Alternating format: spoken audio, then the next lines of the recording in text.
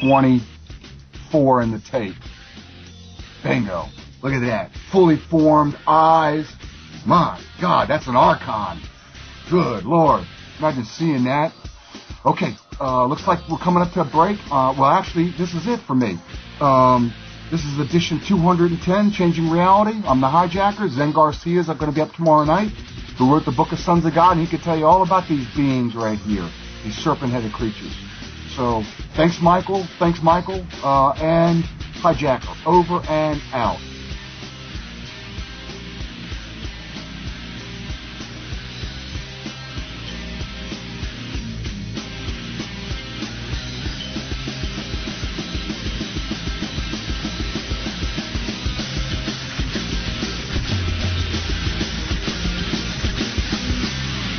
Listening to Revolution Radio.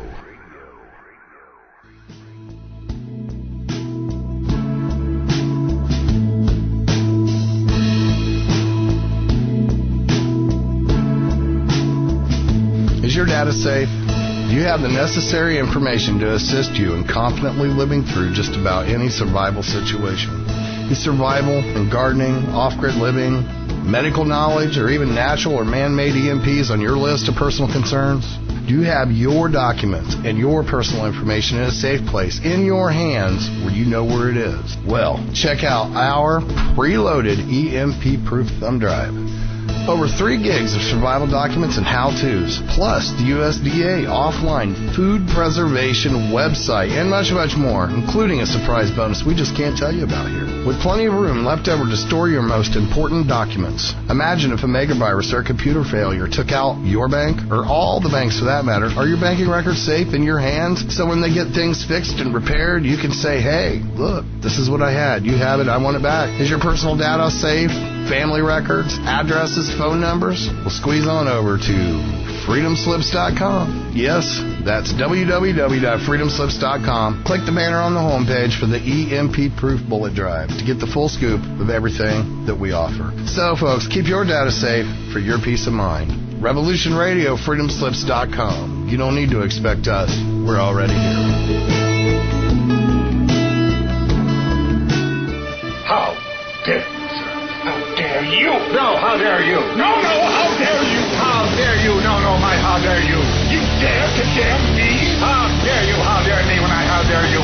You big hippie-head. Hello all, thanks for tuning in to Revolution Radio. We are the #1 public access, commercial-free internet talk radio station on the web, with between 12 and 16 hours of live programming per day, bringing you news, politics, entertainment, and just plain human interactive talks, which are extremely informative and successful nightly open caller roundtables. And how do we do this? Through the support of volunteers and donations from good listeners like you. So if you're digging what you hear, and we are bringing you an entertaining and informative service, please visit our site support page and donate to the cause. Keep us live, keep us kicking, help us bring you the talk. We are already here. Help keep us here. Revolution Radio, freedomslips.com. Revolution Radio!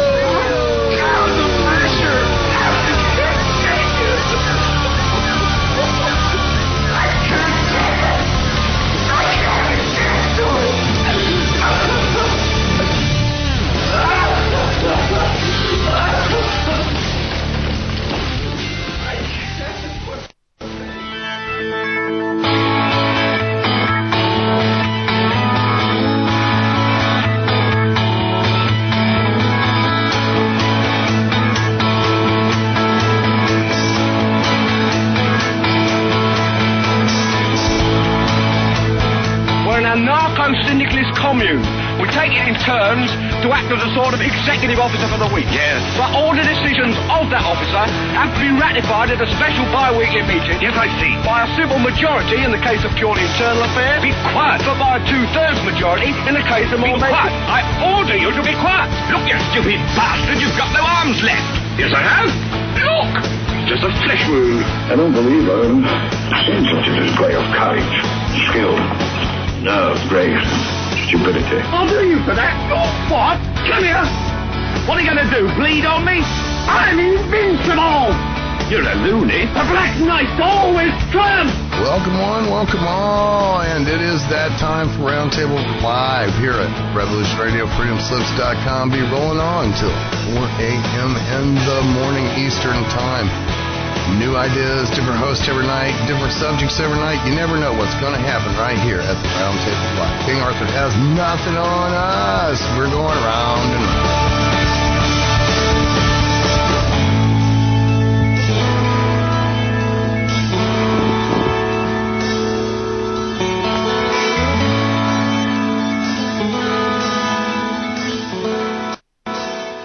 The Humpday Roundtable. Revolution-radio.com. Freedom Slips, here's a tip, turn it on. Revolution-radio.com. Freedom Slips, here's a tip, turn it on. Revolution-radio.com. And now your host, Rectify, and his trusty sidekick, Agent H. Freedom Slips. What's up, Revolution Radio, good people out there? Welcome to the Revolution Radio Hump Day Roundtable. This is Rectify. This is Heather. Happy Hump Day. Tonight, I think we're going to just cherry top Jacker, what he normally does on his show. I want to get into the doom porn, too. I mean, I can't be the only one out there not getting into doom porn. So I figured we'd get into some government doom porn, take some callers, talk about it after, play a little clip. And then we'll get into the climate change doom porn after. And I figured that should make for a pretty good round table tonight. I also wanted to give a shout out to Andrew Bartzis out there. He's suffering from laryngitis. I actually covered his show today, which was a great round table, by the way. Thank you for everybody that participated. And thanks, Chipmunk. Oh, her little girl was so cute on there. Made my day. Yeah, that was cool. How are you doing, Heather? Poor to very poor. Oh, prayers. Yeah.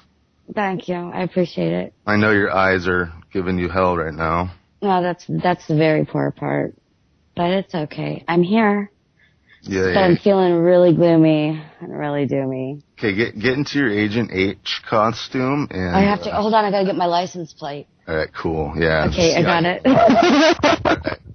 So, yeah, doom porn it is. I'm going to start just with like an 8-minute clip, and then we're going to get into it, take calls. Write down the number, people, 347-688-2902. That's 347-688-2902.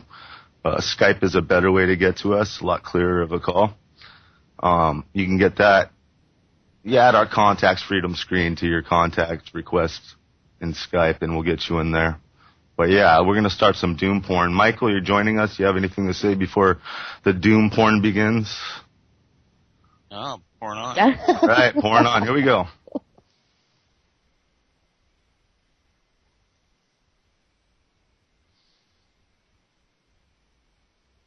Good evening, everybody. President Obama and British Prime Minister Gordon today calling for a new world order to tackle our global economic crisis. It's been a long time coming, but tonight, because of what we did on this day, in this election, at this defining moment, change has come to America. All right, folks, there's a lot going on right now. Decisions being made that are unprecedented and will have an overreaching impact on what it means to live in the United States of America. Both the Senate and the House of Representatives have just overwhelmingly passed the National Defense Authorization Act. Squeezed into this military funding bill are two provisions that give the military not just lots and lots of money, but lots and lots of power as well. A new generation of surveillance drones could soon be watching us all. The Federal Aviation Administration is expected to announce plans to expand the use of domestic drones in American airspace. Well, get ready to look up at the sky and see drones hovering above. As of now, unmanned aircraft could only be used by military airspace and by certain law enforcement agencies. But this week, Congress passed a bill that would allow for commercial and private use of the drones. I have two words for you. Predator drones. You will never see it coming.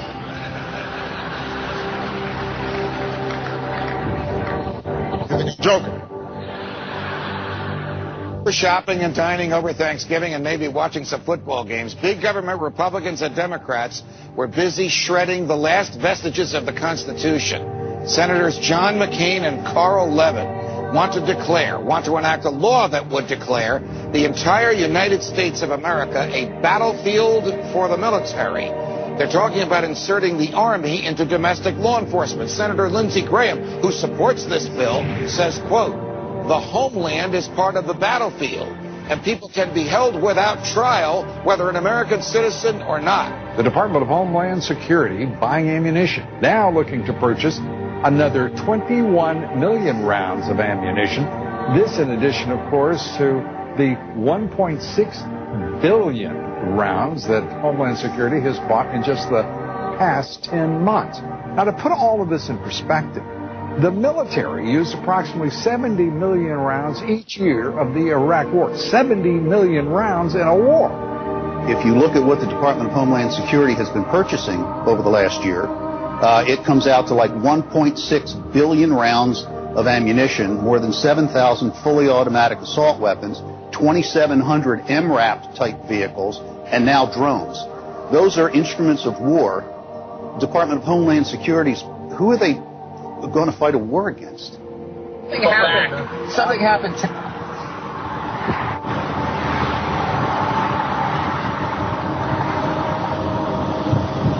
Our team to high-risk warrant services. The affirmative tactical vehicle. Well, we have also Robert Whitaker, the tactical supervisor for El Paso SRT for Homeland Security Investigation. Well, we have our big vehicle out here. It's an armored vehicle. It's an MRAP vehicle. It's mine resistant, ambush protected. That's what it stands for. This is what we use to deliver our team to high-risk warrant services. The affirmative. So, what do you need a militarized vehicle that's so armored it's mine protected to serve high-class warrant services? Right? That doesn't make any sense. This thing looks like a tank. All right, here we go. Steve Travesty, we're going to just finish this. We'll get back to you. Hey.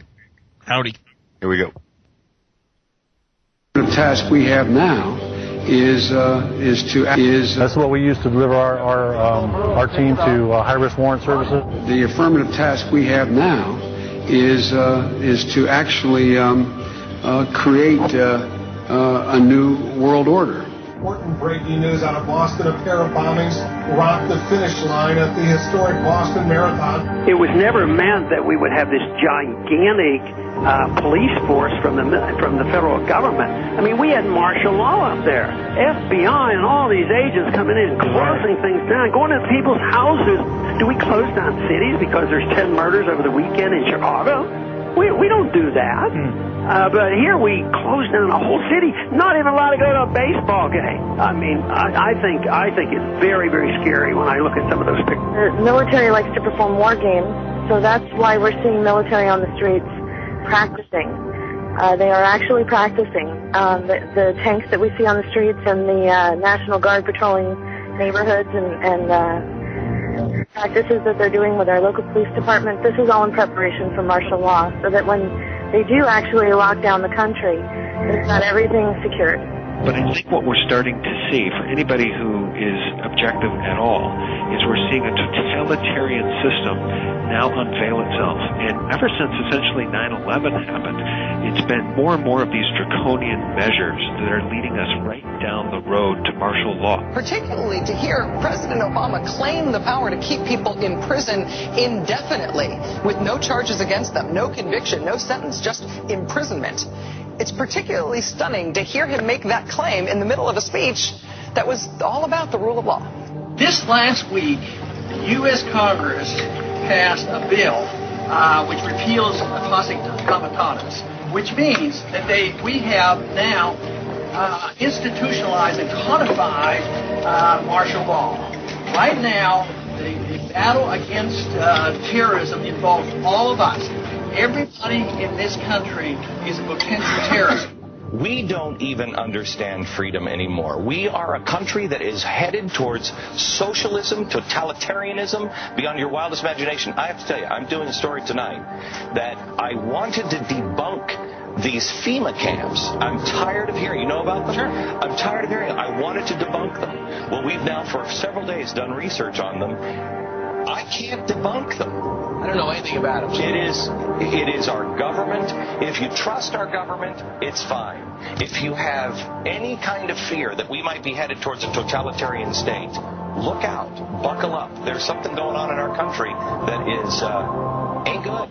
And they find a little red dot or a little blue dot on their mailbox, and they wonder what the little red dot and blue dot is.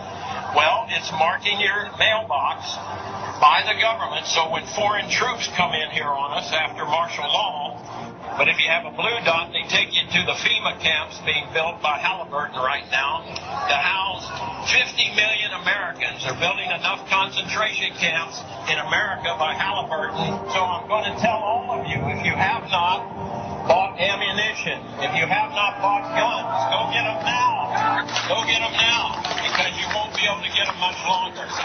Change has come to America. Practice Christianity and you could be court-martialed. That could be the new law of the land for our armed forces, thanks to a proposal by a religious tolerance group that claims Christian evangelists are predators.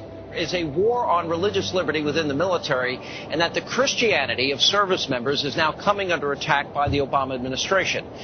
It's so incredible. Here's a new article by Kurt Nimmo that's got links to Fox News, Denver papers, you name it. The state police have gone public and said, we're in federal training now where they're asking us, will we confiscate guns from Christians? Now, do you understand how even more illegal that is? Behind the scenes, they're training for what can only be called a foreign authoritarian takeover of this country via the federal government and the foreign banks. Here's the article. Colorado troopers trained to consider Christians as dangerous terrorists. Absolutely amazing. And it's all bibliographed. It's all linked to it being announced, to it being reported.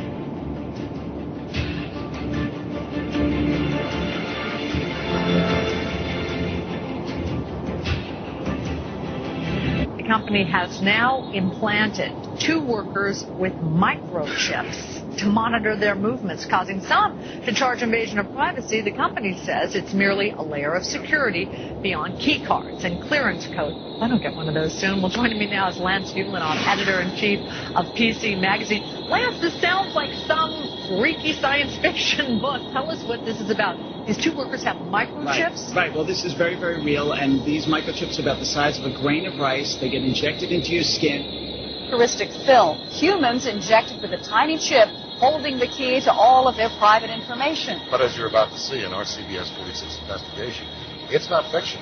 In fact, it's being marketed in Georgia as life-saving technology. Life-saving technology. We have a Florida family who are really pioneers of the brave new world. They have volunteered to be the first ever to have microchip identification devices implanted into their body. It is the first implantable microchip for humans. It has multiple security, financial, and healthcare applications. One thing I would just suggest, I'm just an outside, soon-to-be investor. I love this idea, by the way, Scott. I think the Northside Independent School District in San Antonio has put tracking chips in the ID badges for more than 4,000 high school students. Well, it looks and sounds like something out of the future, but a new palm scanning device will help Bossier Parish schools keep better track of what children are eating. The electronic device will be implemented in all Bossier Parish schools. Now we're seeing a complete totalitarian takeover of the United States of America. We've been talking about this for years now. This is the police state. This is the police state. This is what a total breakdown of our society looks like. But we're seeing all of this intensify. This is all intensifying around the Second Amendment. Should we be able to own guns or not? Let's take guns away from the people. These are very big, very hardcore issues. No matter what your purpose is, you must leave. If you do not disperse, you may be arrested and or subject to other police action. The use of riot control agents and or less lethal munitions, which could cause risk of injury to those who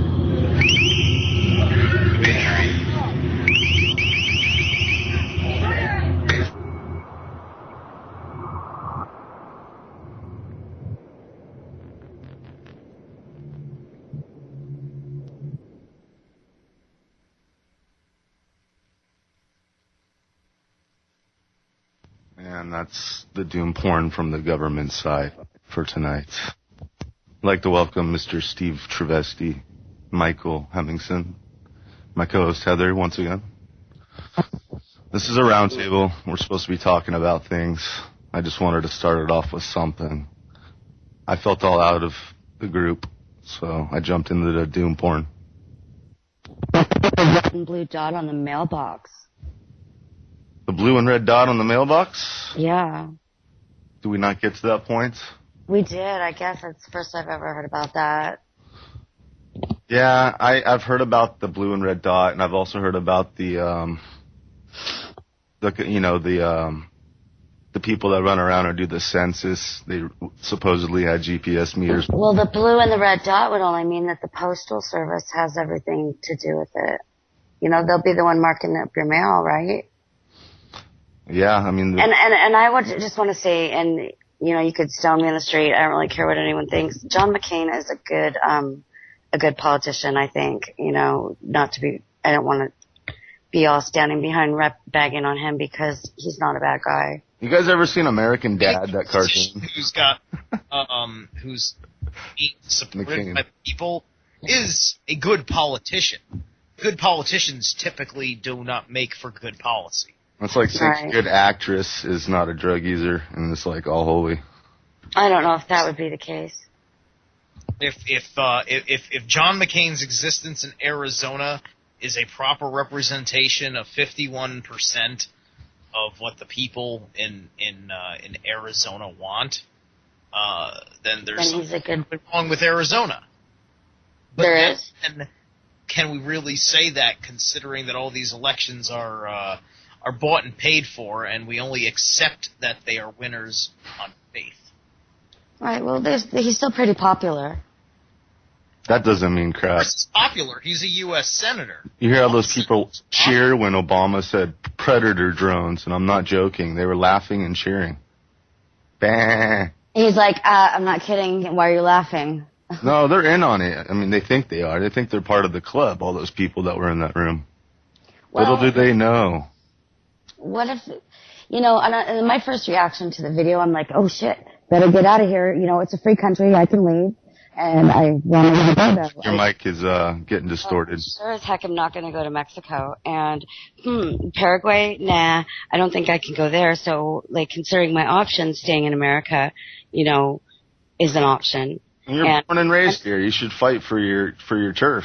Why fight at all? I mean, why? That's why we're here, right? Why even fight the government is what I'm trying, the point I'm getting at. Just don't even consent. It's all contractual. Until they come out with guns pointing to your head, nobody's going to do anything. And those guns pointing to your head, I'm sure, is already happening just in the dead of night, and it doesn't get out. And it brings me back to like 600 AD or something, all back in a time when they're going to ask me if I'm a Christian, and then they're going to kill me if I don't deny Christ or something. That's how it feels. You don't take the beast. Well, listen, you tell them it's none of their business. Those are my deeply held personal beliefs. Right, and only God can judge that stuff. Precisely. On the level of the spiritual wars, I'm just saying. Listen, they can't actually take your rights away. They can imply that they have a right to make you it's called color of law. Volunteer your rights away. You know, you know, nobody had to write up the Bill of Rights in the Constitution for those rights to exist. That they are just merely there as the guide stone for how you need to live your life in your interface with the state. And they switch up words so you go into contract without even knowing, which is highly unlawful to begin with, because you should have full disclosure of any contract that you engage in. Well, that's why you need to demand full disclosure, and you don't. Read your fine print, people, before you sign it. Well, but the point where you're going to sign it anyways. You'd already gone through everything to get to that point. You're still going to sign it no matter what it says. They've made it ad nauseum. I mean, look at the size of all the tax law books. You can probably stack it to the ceiling, you know, compared to the Bible even, or the Quran. Right, but once again, all that bureaucratic nonsense, at the end of the day, that's all voluntary, and there's the implied threat of how they can limit your liberty by what they do. You know, the concept of the IRS putting a lien on you because you didn't pay your taxes or something like that, or the concept that they can confiscate your vehicle because it is not registered and you were caught using it on a public road. Well, even if it is registered, it's registered through the state, so you really don't own it. You're just using it. Well, that's the whole idea about the registration, right? So in reality, if they're taking your vehicle away because it's unregistered, then they are actually stealing. They actually have more of a right to take it away if it is registered. All this stuff is more, I'd say, instead of stealing, I'd call it piracy. And kidnapping. Yeah, a lot of kidnapping and piracy going on. Piracy would be the more... what about pilfer? Would be the more direct way of saying it, but it's still just it's a form of stealing. Right. No, but then if you call it piracy, then all of a sudden everybody thinks about Johnny Depp. Can you call it pilfer? They think Napster. Pilfer. Who? Am I blowing? No. I'll say it again. Spell it. Pilfer. Pilfer? Pilfer. Not familiar. Pilfer means to steal. Yeah, well, I can open up a thesaurus, too. Let's, Whoa. Mic out of your mouth. Oh, sorry. Pilfer, plunder, that's another one. I'm just thinking out of my brain. I can't read right now. I can't see anything. That's the etymology, basically, of stealing. Here's my point.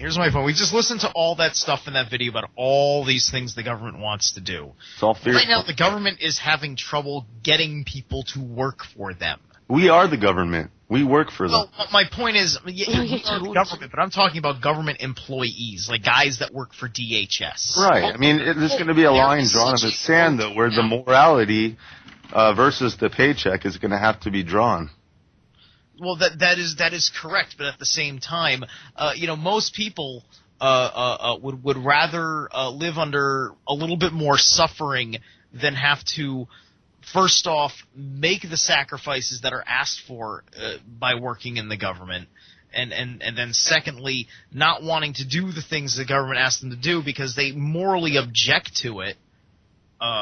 Even if they are complying with it, they certainly wouldn't want to go as far as to be facilitators of it, such as somebody that works for the IRS. Good men would rather starve to death than trade a meal for, doing a tyrant's work. I've seen interesting government jobs which I've looked at it and said, well, that I don't really mind doing so much. In fact, I may even be supportive of the concept of this particular government job in existence. And then I think back and I say, but then I'd have to stop smoking pot.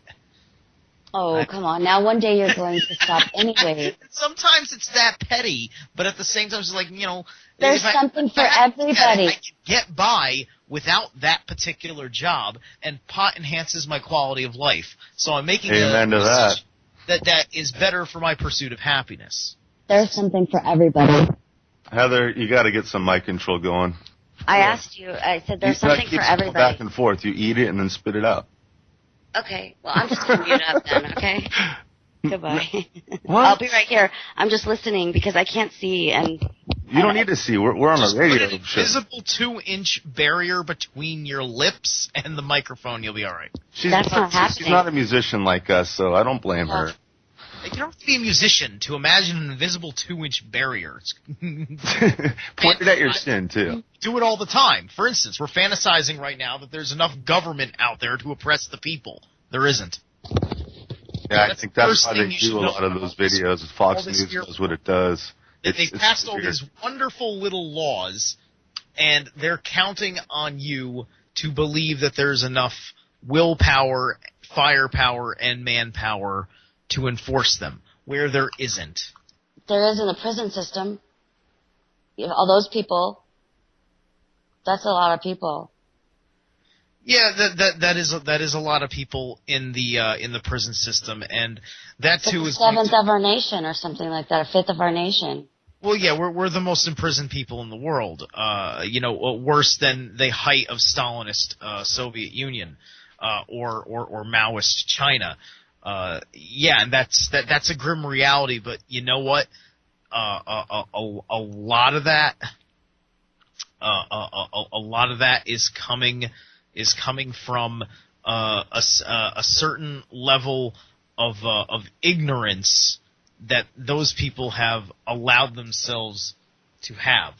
They're still strong right now. You know, they go to prison. These are people that have been targeted because it's the more destitute minorities that are out there. But at the same time, they're not making any basic efforts to figure out how it all works. Wait a minute. Wait, that's not true because once they're in there, they get clean and they take care of their, they work my point out. is that they get put in there, and 90% of the people that are in there are nonviolent criminals because it's mostly bullshit. Well, they become violent, I think, from living in that. Oh, yeah. You become victimized. You become a criminal. You go in for a victimless crime, you come out as a victim killer. No, you just come out with this violent institutionalization that you can't really escape from.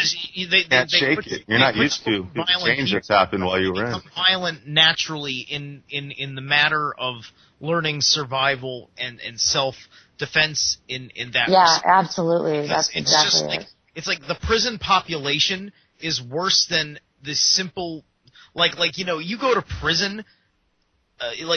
People are not afraid of prison because it's a prison. They're afraid of prison because of the population that they are going to be introduced into.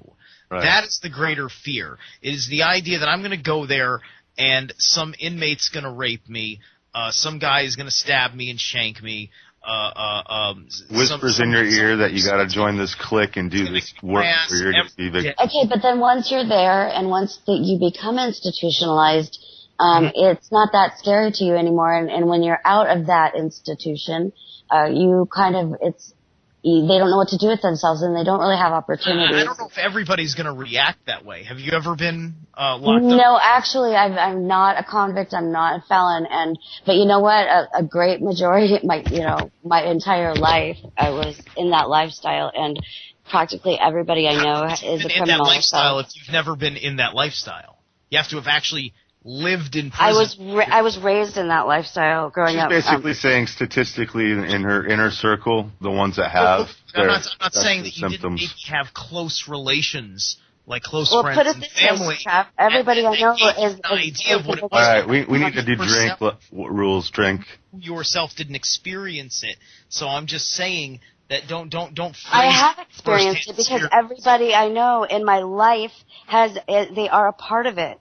And I have experienced it, but not from the inside. But let it finish, Steve. You are feeling what they've gone through, but you're saying it right here I on know the air. what they've gone through because I can see it. Guys, we can't talk over each other. We got to have complete sentences and periods, and then drinks. Ask a question then. Drink yourself. Ask it. Hello? I had finished my thought. I said drink Nobody too. heard you. Go ahead, Heather. You have the floor. Why? I don't have any thoughts. Well, when you do, you got to write them down or something and wait for the other person's thoughts to kind of finish. Otherwise, the round tables don't work so well. Michael, what's your thoughts? Are you a felon? I'm not a felon, but I've been in jail. So you kind of have a taste for, what we're saying, what we're talking about, that experience, but not prison. No, I've never been in prison. I mean, I've been in jail for, a couple of days. To the listening audience, explain to them the difference, maybe. Well, jail, jail is county, and if you're sentenced for less than a year, you're in the county jail, or if you're just being held for arraignment or court. Which is my case, whatever at the time. I've been thrown in jail twice for contempt of court and stuff like that. But when you get sentenced to over a year, you get 10 years, 5 years, or whatever. Then you go to state court, unless you're being charged federally. Then you go to federal, to a federal institution. But prisons are for murderers and bank robbers, and for felons, basically. White collar crimes. White collar crime is generally federal, and then you go to a low security Club Fed prison. Club Fed, yeah. So yeah, I've been to jail. First time was 9/11/1999 for a DUI. Yeah, I've had a couple of those. Just one for me, but yeah, I just got done putting a new, half shaft axle on my Honda Prelude, my little go-kart at the time. And I ended up doing a 45 mile per hour right turn. A couple women, police officers there in Costa Mesa who I actually went to high school with arrested me. They released me within a few hours because the cell was full. Second time I went to jail was actually for getting in a fight with my underage brother when I was 19. And it was not even a real fight. It was really stupid. And a female cop arrested me again, which is humiliating. Did they frisk you? Yeah. And then it was during the time of the whole O.J. Simpson trial. So they didn't have a charge called domestic violence yet in California. The charge, if you lived with someone, for a prolonged period of time, and if you had a domestic dispute with them, the charge was spousal abuse. So I got beat up in jail by the cops, and they gave me everything of luxury just so all of the cellies would want my clean clothes and clean shoes, and come at me, all the gangsters. They threw me in a cell with violent, non-speaking English Mexican dudes, 5-man cell. They did everything to try to break me, but, yeah. And this was for fighting with your brother? Yeah. He was blue-balled, and I got him out of the room with his girlfriend when Mom came home from a wedding, bridal shower, or not a bridal shower, a wedding after party, and knocked on the door, get out, and it was over a cigarette actually, but he was blue-balled, so he wasn't in the right mind. So I just took him to the ground. He stepped on my hand over a cigarette cherry. No. And that was it. He called 911, said I'm a minor, and my brother's beating the hell out of me. All I did is pin him down by his wrists. And did you eventually get charged with this? Oh, it was dropped down to a misdemeanor assault. And you got convicted on the assault? Yeah, I had to do some anger management and pay some restitution to the court. I don't know how that works. Well, you pay victim restitution fund and then court. Oh, well, my brother didn't get anything. Right. But yeah, that was my second time in jail, and knock on wood, man, that place is fun. But I suggest everybody get a taste of it just so you have the respect of what it's like. You were sent to L.A. County? I was in Orange County, Maine, and then I was sent over to the farm. Oh, okay. Now, why did the cops want to beat you up? Were you giving them lip, or did they? No, because the report says spousal abuse, so they thought I was my wife. Right. I was a wife beater. Right. Yep. Good times. I got arrested once. For what?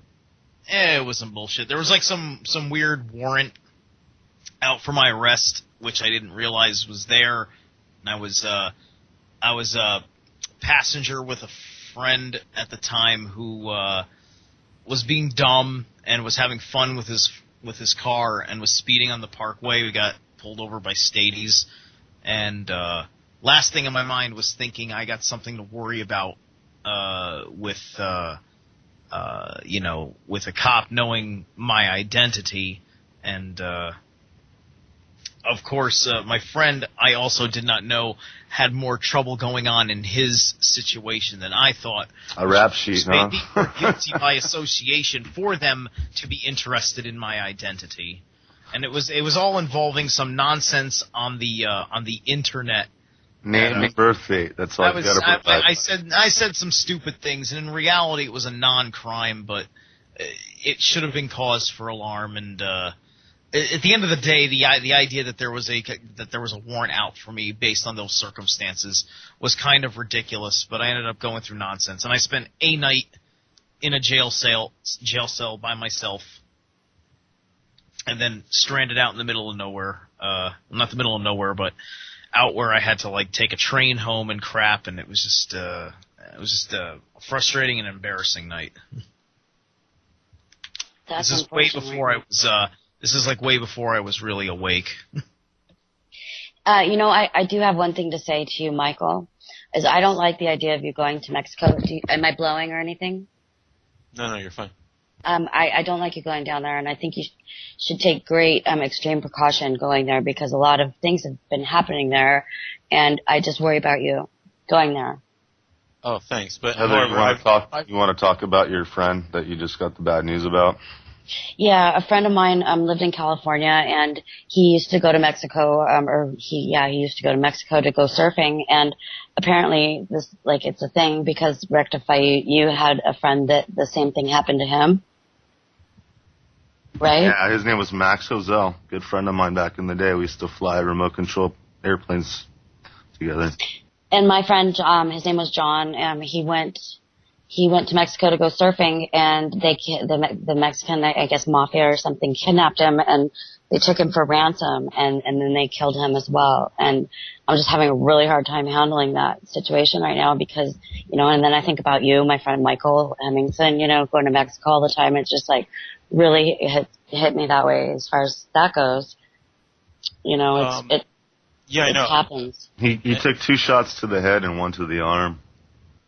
Now, did they kill him because there was no money to ransom? They don't return, the money. No, they didn't. They didn't get the money fast enough.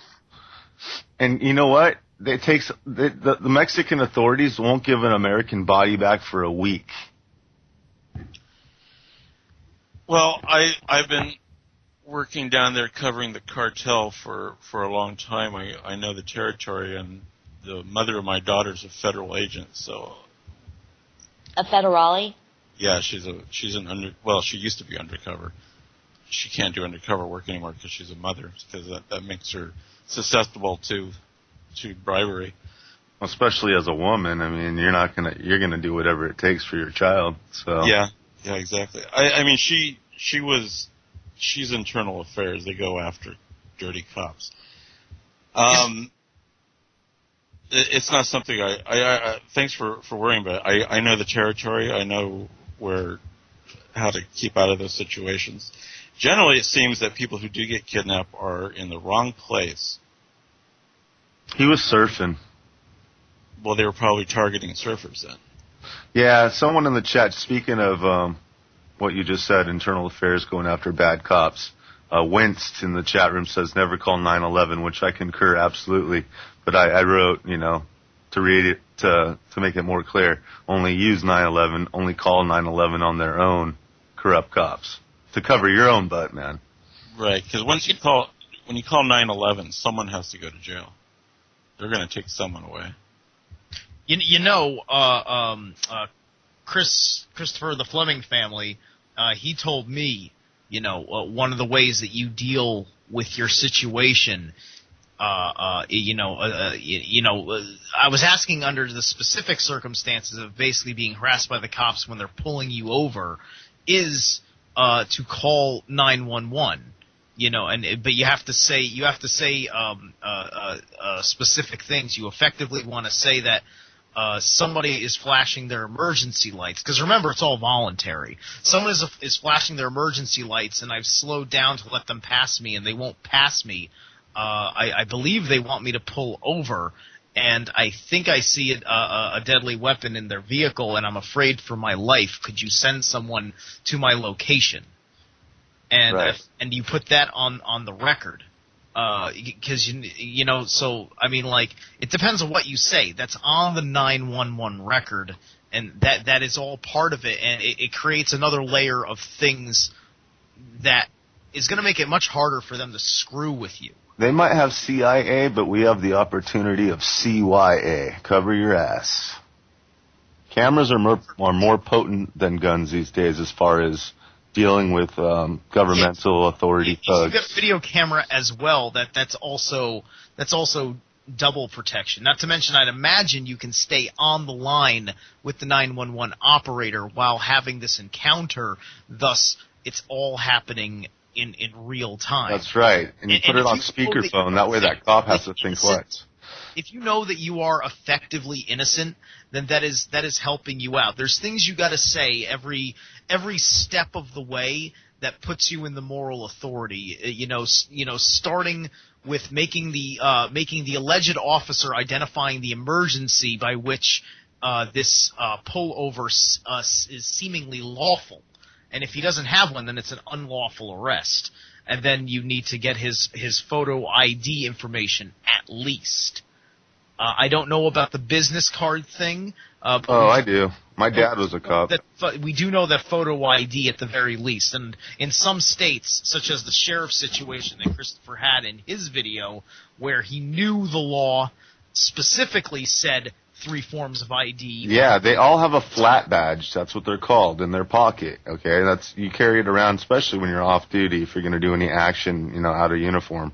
Correct. They have a flat badge, and it's got your photo ID right next to a flat badge in a little flat wallet, and it fits real nice and real thin in your back pocket, real easy to carry, and it's for that exact purpose, to identify yourself when requested. Yeah, but by the time you're asking for ID, you can basically talk to any cop like the way you see Chris talking to those sheriffs in that domestic dispute call video that he recorded. I mean, personally, I think it'd be helpful to be slightly more polite than Chris was. That would just be my personal prerogative, not to be more agitating, if you will. I think it makes more sense to be much more friendly. He was wearing I had a a police Paradome. encounter the other weekend when I went to the Poconos. That was based on me getting really irate with somebody at at the front of a gated community, in which they called the cops on me because I stormed out, and they were scared because I'm a metalhead that looks threatening, and I was angry, although I did not make any threats or anything of that nature. And they sat there and, they asked me for my my driver's license. And I said, is that a request or a demand? And he said, both. And I said, by what grounds is it a demand? I haven't broken any laws, have I? And he said, no, you haven't. But because we're private property, we don't have to allow you in, and we don't really allow you in unless you show your driver's license. Because I was supposed to be showing driver's license anyway, which was part of... You weren't driving. No, you don't understand. It's a gated community. These are real cops, but they're also cops for this private property. Their jurisdiction is specifically there. They have specific laws there, and there's a gate. They were playing gatekeeper. If I didn't show them my ID, I wasn't getting in, period. And it's private property. That actually is within their rights. I can't be going around, especially with a gated community, acting like I'm that level of a boss. That's weird, because I recycled my cans, and I was at the recycling center not too long ago, and I pull up in my car, park, pull out my bags of cans, wait in line, do my thing, and there's this little troll. He's working the station. He weighs my cans, right, pulls up the receipt, and he says, I need to see ID. I'm like, what? And he says, and he also writes down my license plate number. I'm all, what the heck is going on there? Why the hell would you need this? Because it's the rules I have to follow. It's the rules I have to follow. I'm under what authority, right? And what this guy tells me, no, it's just what my boss says I have to do. And I kind of went off on him a little, just like, you're stupid sheep. But damn it, I just lost it. But here's the thing: was he stopping? Was what he was doing stopping you from doing things anyway? Well, what I asked him is, I said, if I was under 16 years old and I didn't have a driver's license, does that mean when I put a CRV value, when I pay for my can of soda or beer, and I already have to put a deposit on the recycling value, that if I'm under 16 years old without a driver's license, I'm not going to be redeemed for? Well, not for the beer. Well, no, you pay for the can, too. But you're 16. I said a soda, too. It doesn't matter. They're cans, too. They're recyclable. You know what I mean, though? Yeah, in Arizona, they take a picture of your car and the license plate of your car. What if you sign a state thing saying that something about stolen something, then you'll go to jail. Yeah. People need to stand up to it, not just look to the ground and go, okay. You can always take the license plate off your car. It's there. It's exposed. It's an exposed thing. And, the legalities of color of law says that it's got to be there. Right, and you can't drive away without it. Speaking of that, driver's license and a registration and insurance. License plates. They have now artificial intelligence on the cops' vehicles. They have cameras that actually can just drive through a parking lot, and it picks up and scans license plates as he cruises by and runs them. That's the new thing. That's Wonderful. correct. Now, what you can do, because that explains why they haven't been patrolling. If the vehicle is not moving and the vehicle is not on a public road, then what you can do, which maybe is just simply forcing them to go the extra effort, which odds are they're not going to do, is you can put a cover over your license plate. You just have to remember to take that cover off once you decide to put that thing on a public road. So if I need to go shopping at the grocery store, I drive, I park, I put the cover over my license plate, I go do my shopping. I just have to remember to take those covers off before I pull out of the parking lot. You were saying, Heather? Get a big magnet and slap it over the front. No, that doesn't matter. The way these readers work is that you've got all these license plates. They're raised, right? So you don't think if you put a magnet on it, it's using the little scanner, and it reads the depth of the plate, and thus it's reading. It's facial recognition, basically. It's exactly like facial recognition. I still say if you put a big magnet on it, it wouldn't work. No, because it's using photographic technology, Heather. It's not using like any type of sensor or electromagnetic sensor or anything. Well, if I put one over my license plate, it would work. They have glossy film covers you can get. Most cars are chipped now. Most cars have little onboard computers, which is what they're using when you go to a mechanic. They're always running it through a diagnostics computer because there's a little port, a little USB type of port that they plug in a little diagnostics computer that tells you a bunch of little things on an electronic chip that's going on with your car. This is one of the things that has been part of modern automotive diagnostic. That's right. That's because I drive James Brown. Check this out. It's just another means of control. It's called the ECU, the electronic control unit, and that's called a readout port, right? That's what they call it for. Yeah, that sounds about right. Okay, well, guess what? Progressive Insurance now. You know those commercials with that girl Flo? Okay, what they're offering now is a little device you can plug into that port. And what it does is it tracks you. It tracks, if it knows, it has GPS on it. It knows how fast you're going. It knows the speed limit in your area. And it tracks everything. And if you're a good little sheep and never speed and obey all traffic laws, then they give you discounts on your insurance. Imagine that. That's out there right now. That's what happens if you're not a good sheep? Insurance. Well, then you're one of us that don't consent. And we question everything. Do you get in trouble? No, I don't let myself get in trouble. Bad sheep don't get in trouble. Bad sheep are black sheep. They protect the rest of the herd. Thank you. We got about 9 minutes left at the most for the first hour until a break. And then we'll probably get into the other side of the doom chasm. There's this awesome little political cartoon which shows all these sheep, right? And then there's a sheepdog that's trying to corral, all the sheep, together or whatever. And then you see the shepherd is way off in the back over by the fence, right? And then one of the sheep who's not standing amongst the crowd and he's facing the crowd and he says, "Listen, I really think that dog is working with that man over there by the fence," and then one of the other guys in the crowd says, "Oh, John, with your conspiracy theories." It's such an amazing political cartoon. It's That's so funny. simple. It's just so fucking frickin' simple. Excuse my F-bomb. Oh, you gotta flock the sheep. You're a shepherd. I mean, I think most of us are. The flocker. You're a flocker. Yeah, mother flocker. Beat the flocker. Nah. Right on. I like when Alex Jones does that. And even I listen to him still just to see what kind of propaganda he's throwing around. Hey, Trav, you ever heard Molon Labe? You asked me Molon Labe, anybody? Saying. You asked me that earlier today. What is that? Molon Labe is come and take my weapon. It's a club. I'm trying to find out about this club. I think they know about it in Texas.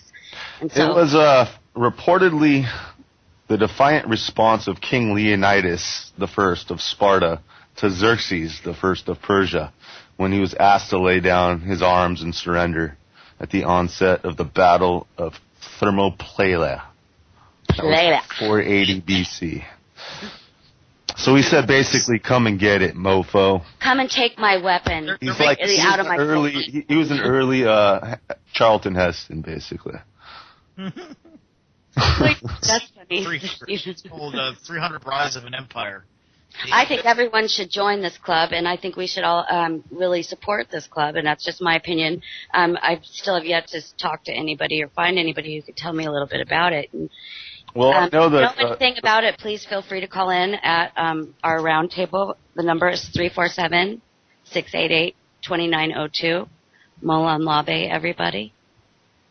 Yeah, and you're going to hear about those two words, Molon Labe, you know, ancient Greek. You're going to hear that also within the Oath Keepers in our military. They have a subgroup that... Maybe it's a secret. The Oath Keepers are men and women in our military that have sworn double their oath to defend the Constitution against enemies foreign and domestic. They will never shoot upon their own. So you think these are a group of good people? I do. I do.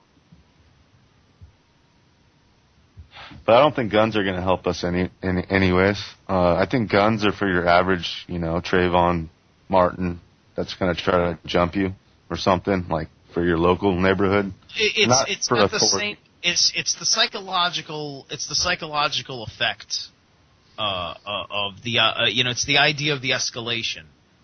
Heather lives in an open carry. Right now, because we are an armed society, the government has to go through a lot more effort to think about how it wants to deal with things like suppression. Why do you think they picked Boston first to show their little military parade? Because that's where the Liberty started in 1776. The average liberal college student is the most pathetic, unarmed individual on the planet. That's true. It's just the absolute truth. It's Boston, B-Town, seriously. We got about 5 minutes. I'm trying to find a clip here I wanted to play for everybody. It's 4 minutes long. It's Mark Dice. I don't know if anybody knows of him. He used to go by the handle Dice Man. No, the Terminator. What was the Terminator, the kid in the Terminator movie? John Connor? Yeah, he used to go by John Connor. That was his alias for a long time, and then he finally gave out his real name. He's down in San Diego by WRFPO. He's on the pier down there, you know, and he's having people sign a petition to repeal the First Amendment. Here it goes. Obviously, in these tough times, if you're disagreeing with President Obama, you're obviously a racist of some kind. So we're going to, we're going to repeal their First Amendment. In these tough times, they don't really have that right, I don't think. This will repeal the First Amendment so that those right-wingers can't say hateful things about Obama. I'm tired of these people having the right to say what they want to say. You disagree, you don't have the right to disagree with Obama these days. Okay, for the audience, just so you know, every one of these people that he's talking to is signing off this petition willingly. Not even listening, not even thinking for themselves. Here we go. In these tough times. Yeah. So, thank you for days in these tough times. Yeah. So, thank you for helping to support repealing the First Amendment. No worries, man. Thanks, bro. We're doing what we can to take that amendment away. What we're trying to do is just repeal the First Amendment of the Tea Party. And anybody who criticizes Obama in this day and age is obviously just a racist. And so the Southern Poverty Law Center is approving the repealing of the First Amendment, and we're just going to call everybody a racist who disagrees with him. Thank you so much for repealing the First Amendment. This will repeal the First Amendment, and so that people can't say mean things about Obama. They're saying, these Tea Party people saying racist things, and I really appreciate your support. Thank you so much. This will help prevent the right-wingers from saying hateful things, repealing the First Amendment. You just repealed the First Amendment. Thank you. You're black. Will you help to stop the hate speech from those right-wing extremists that disagree with Obama? We're going to repeal their First Amendment. Wow. Just sign, print here. I don't know where these Republicans think that they have the right to say what they want to say. It's getting pretty bad. In these in these tough times, you don't have the right to disagree with Obama in the way that they're doing it. Yeah, so need to come together. We're going to repeal the First Amendment, and that'll stop that.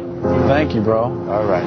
Take it easy, man. In today's day and age, the First Amendment is not really needed. It's kind of outdated. We're just going to put some polish on it and fix it. Thanks for your support. How is this so easy? Oh my God. In today's day and age, we need a revision of, the freedom of speech only has its limits. And only goes so far. In today's day and age, we need to get behind the president and you start your criticism. All right, everybody, we're going to a commercial. We'll see you in about 2 and 2. We'll be right back. Stick around.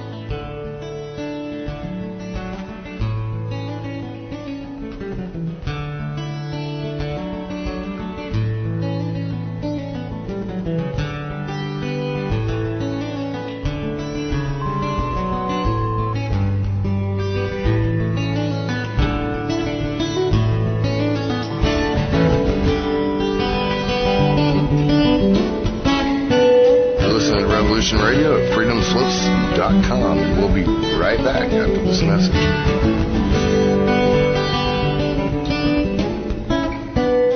How dare you, sir? How dare you? No, how dare you? No, how dare you? How dare you? No, how dare you?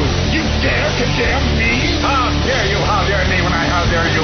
You big sleepyhead. Hello all, thanks for tuning in to Revolution Radio. We are the #1 public access commercial-free internet talk radio station on the web, with between 12 and 16 hours of live programming per day, bringing you news, politics, entertainment, and just plain human interactive talks, which are extremely informative and successful nightly open caller roundtables. And how do we do this? Through the support of volunteers and donations from good listeners like you. So if you're digging what you hear, and we are bringing you an entertaining and informative service, please visit our site support page and donate to the cause. Keep us live, keep us kicking, help us bring you the talk. We are already here. Help keep us here. Revolution Radio, freedomslips.com. Revolution Radio! God, the pressure! I can't take it! I can't do it!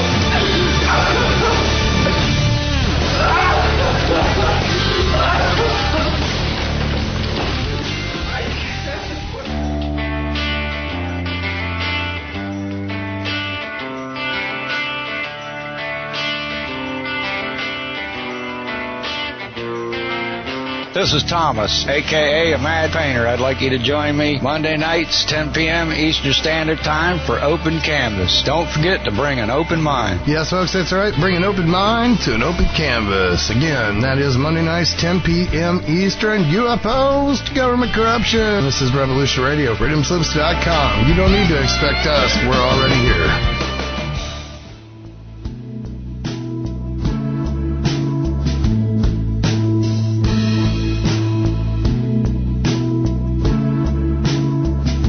Is your data safe? Do you have the necessary information to assist you in confidently living through just about any survival situation? Is survival and gardening, off-grid living, medical knowledge, or even natural or man-made EMPs on your list of personal concerns? Do you have your documents and your personal information in a safe place in your hands where you know where it is? Well, check out our preloaded EMP-proof thumb drive.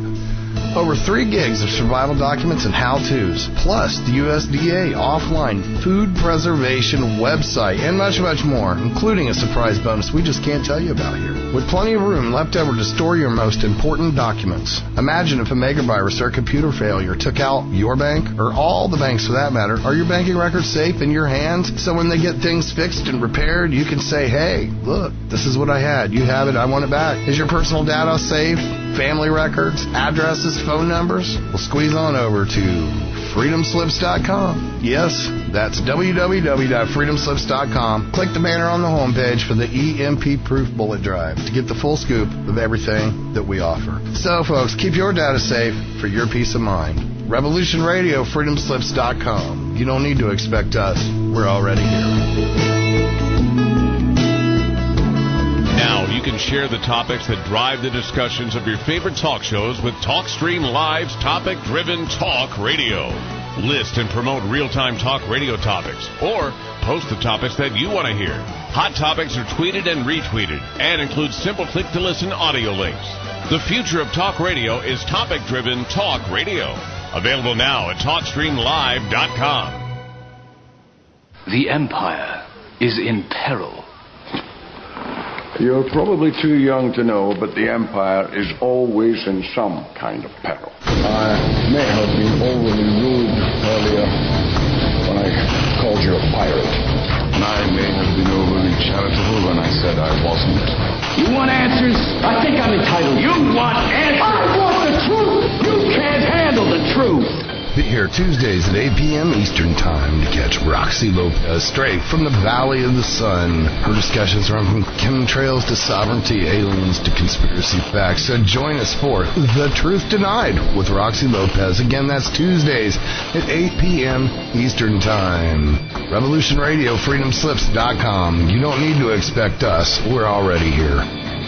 You ever get tired of being wrong? You can't kill the future. You know what the difference is between you and me? I make this look good.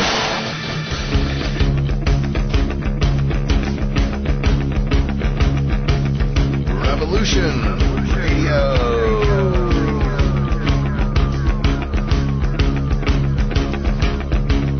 You're listening to Revolution Radio, freedomslips.com, 100% listener-supported radio, and now we return you to your host.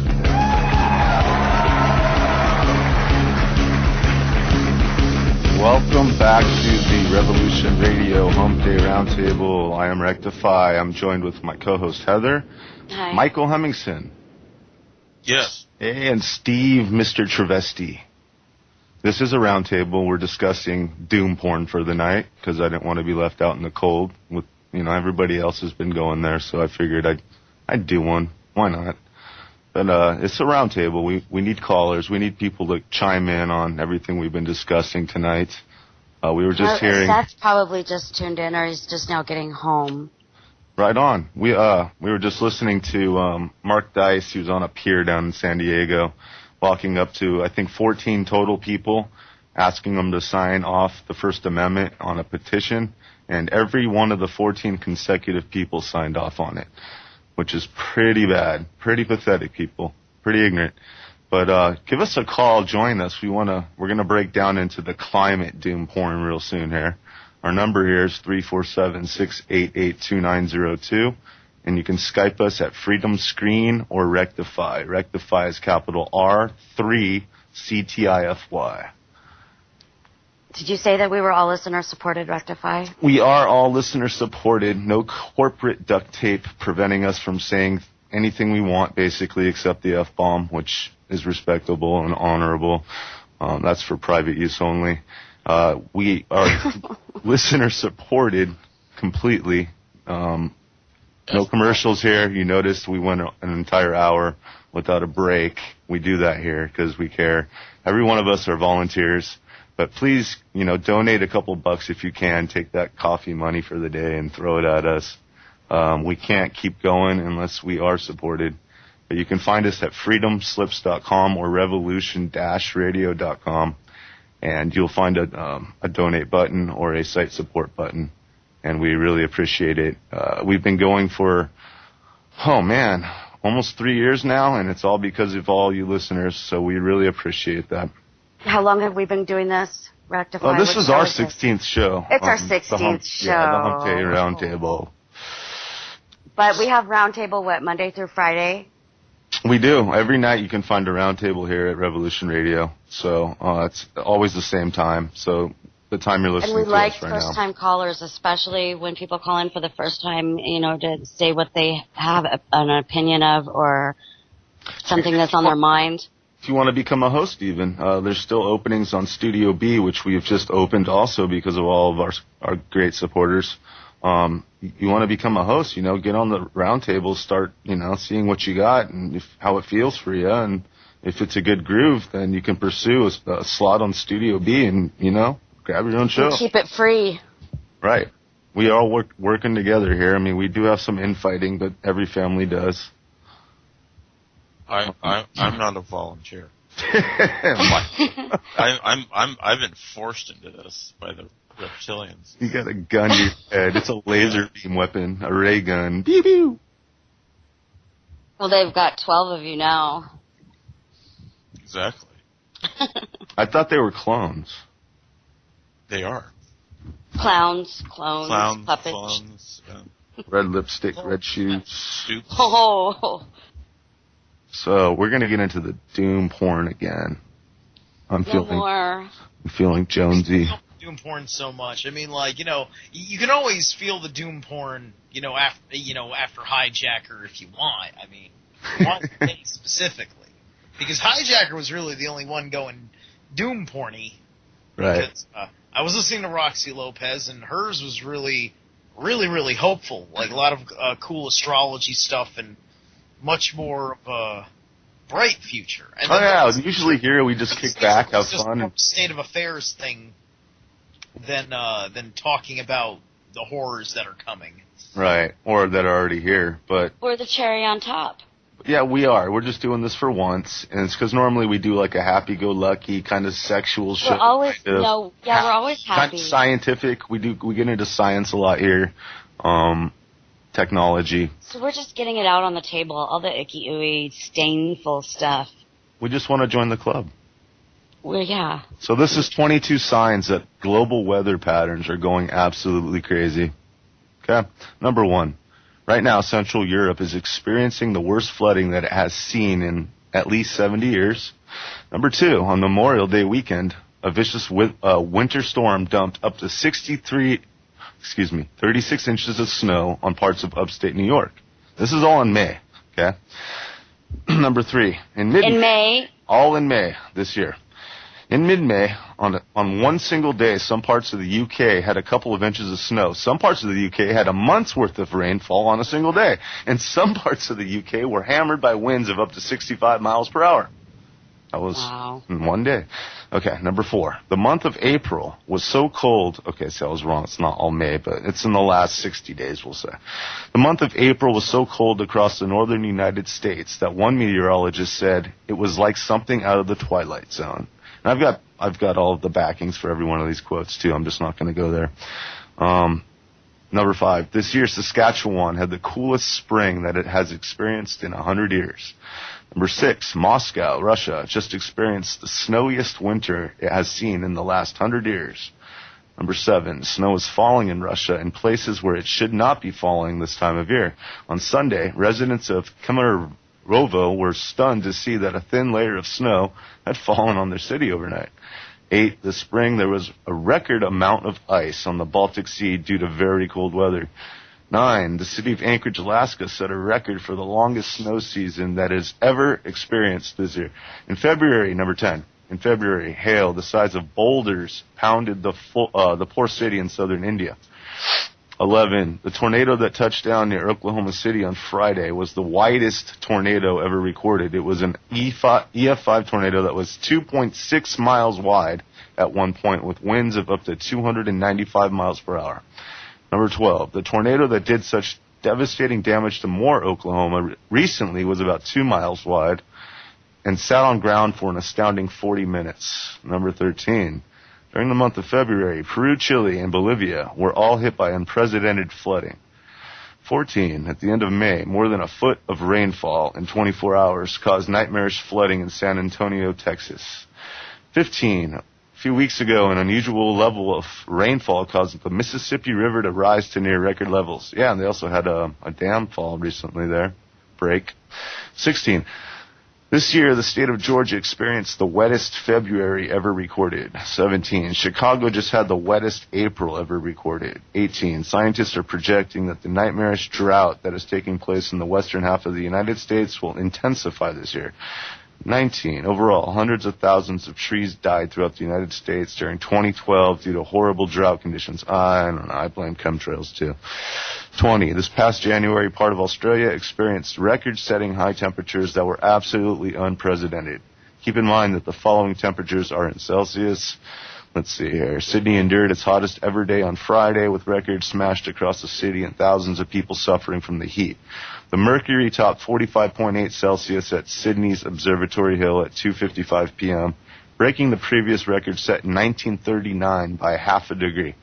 The city's highest temperature was scorching 46.5 degrees, recorded in Penrith at 2:15 p.m., while Camden, Richmond, and Sydney Airport all reached 46.4 degrees Celsius. That's hot. For give people an idea, if they don't know Celsius, 0 is freezing, 100 is boiling, and that's how they measure Celsius typically for normal weather and weather patterns and whatnot. They were at about the 120 area, basically Fahrenheit. So over the weekend, number 21, over the weekend, extremely dry conditions were making it difficult for firefighters to battle a very intense wildfire in California that had already burned more than 20,000 acres. By Sunday night, the powerhouse fire around the Angeles National Forest in Southern California engulfed about 22,400 acres, endangering some 1,000 homes in the Lake Elizabeth and Lake Hughes area. Nearly 2,100 firefighters were dispatched to contain the fire, which more than tripled the size from Saturday to Sunday. Nearly 3,000 people have been evacuated, and the blaze has already destroyed at least 6 homes by Sunday night. Number 22, about 30% of all honeybees are dying each year in the United States. Nobody seems to know exactly why this is happening. I say again, chemtrails or HAARP, whatever. If this continues, it threatens to absolutely cripple U.S. agriculture. Yeah, Einstein said when the honeybees go, we have about 2 years of life left. 4. He said 4. 4 years? Oh. Yeah. Well, we're in the quickening, so that's 2 in my time these days. Okay, well, there's your doom for the climate. Your porn doom. Maybe I could be 5. I don't know. I remember hearing that though. All I know is that where I am, this weather is fairly normal. I'm hotter than hell. Not here, man. Here in Southern California, we'll have like a 20-degree shift within a day. Absolutely nutty. It's hotter than hell. My eyes, for those people, I'm sure that I didn't state what happened to my eyes. I have these contacts. I wear them for the last 2 days. I've had to drive home, and the contacts melted to my corneas, to my eyes, because of the sun. So I had to go to the doctor and have them remove them from my eyes. And so that's why my eyes aren't working right now. The sun is vicious right now. It's something going on with the sun. Well, it's all in Arizona. Yeah, well, you also live in Arizona. The sun is here, the Valley of the Sun, and it's, I guess, apparently nowhere else it's snowing where it shouldn't be snowing. So we have all the sun here. If you're looking for your sun, come get it, please.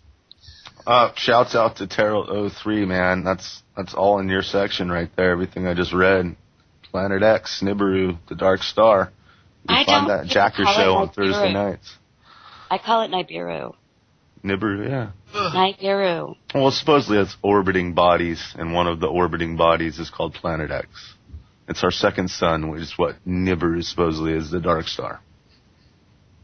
Hey, if you want to call in on that, it's Doom Porn night, so call in. And that's where the Anunnakis are from, right? Hemmingson? Yeah, I think so. Mm-hmm. I think that's what is alleged.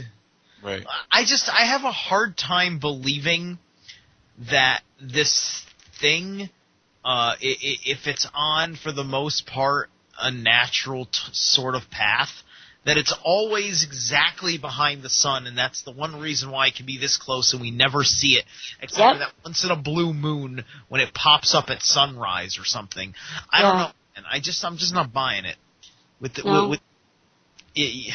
way that it moves and where it's supposed to be and everything else, Well, you got to imagine this, man. Most people think we're on like a flat ecliptic plane all traveling around the sun, right?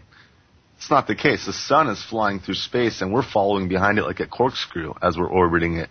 Well, that's true, which makes it even weirder that Nibiru would be exactly behind the sun from our perspective at all times. Unless it's really dark. Unless it's really dark. Dark and dense. Big magnet. You know, we don't know much about the black hole. Well, it's in the center of our galaxy. Of the Milky Way. I mean, that's old news. The black hole, black holes, there's a lot to be investigated and learned about black holes. Ask CERN, man, over there at the LHC over at CERN. Yeah, they're smashing atoms. CERN is going to give you an academic response, just like anybody else, and the academic response will do something in a way that upholds to everything else, which is part of the various fictions they want us to believe. Well, they're down for upgrades supposedly till 2015, so amen to that. Upgrade. Yeah, I wonder what their upgrade's going to be. Bigger magnets, Heather. You want to call upgrade. Maybe they're down because Europe can't afford them. They can't, not enough power to power it up. Not enough money. See, but who is all the money owed to? That's another question of this. The Eurozone is turning into one big third world country. I want to know, in a fiat money system all around the world, which means they can print whenever they want, and then the local banks can lend out 10 times what they really have in their vault at interest, and it's loaned to our government at interest out of the Federal Reserve Bank. Where's all this debt owed to, actually? Like this worldwide debt that's putting everybody to their knees? Or is it's just a total facade to cover up the fact that we're in a famine? There's no way we can have this much debt for this long that has not been actually called on in a tangible way, where things have all had to stop to pay the debt before we can continue to spend again, unless it's imaginary. These numbers are so astronomical. Something does not add up. I think we have a lack of food, man, and they're going with their eugenics, Agenda 21. UN protocol and culling the population. Well, look, they're not gonna. I mean, come on, the weather, it wiped out most of the Midwest's harvest last year. I mean, all those grains, the reserves are only going to last so long. The harvest last year was crap. You know how many farmers killed themselves? Same with California. I mean, they put frickin' water restrictions on half the Northern Valley where they grow most of the produce for the nation, and it was over some stupid fish and its species and some stupid owl and its species going extinct, which was proven a bunch of bullshit to begin with, or after the fact. But yeah, a bunch of farmers committed suicide over that too because they just couldn't produce. All I know is that most of the food that I eat is not Monsanto made, and it's plentiful and affordable. More expensive than Monsanto food, but still very affordable. And that is despite all those things that either have happened or you simply have claimed to happen. So I'm just saying we got to check our sources and see how severe this problem really is, because I'm just suspicious. I know you want to do the fear porn thing, and that's fine, but I'm gonna have to play. Angel's advocate here. We can throw the fear porn away now. I think I finished. Travesty, where have you been lately? You haven't been as apparent. I have noticed lately around in chat and on air. So I'd like to know, what have you been diving into? I want to know. Girlfriend. Sometimes I'm actually busy. Sometimes I actually have things that don't involve me interfacing with the internet. Okay.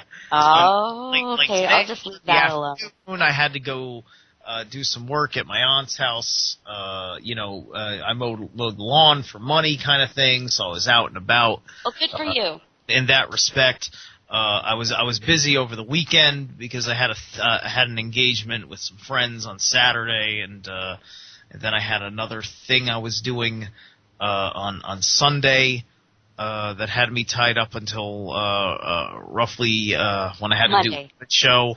Not to mention, often the chat room will give me a bit of a headache, so sometimes I'll be listening in and I won't be on the chat room. I'll just literally be listening and nobody will ever know because I'm choosing to not exist. You're eavesdropping. I do that too a lot, man, and I got even called out for it once. It's like, what? I just didn't want to be noticed. I just wanted to read. Right now, I'm not in the chat room. I'm just on Skype, and that's it. Well, check this out. I got a real man that stands up for his rights, and he's only 12 years old. It's a little clip. It's only 1 minute long. Check it out. Oh, by the way, let me give you the scenario. Motorcycle cop pulls up on the sidewalk, parks to go in and get a Slurpee. Totally illegally. He would give anybody else a ticket that did that with their bike. Here you go.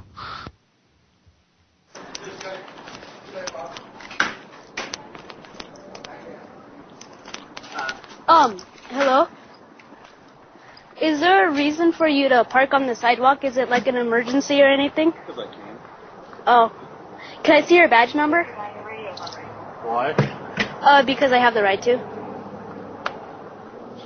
You do, huh? Yeah. What are you, junior lawyer? No, I just want to see your badge number.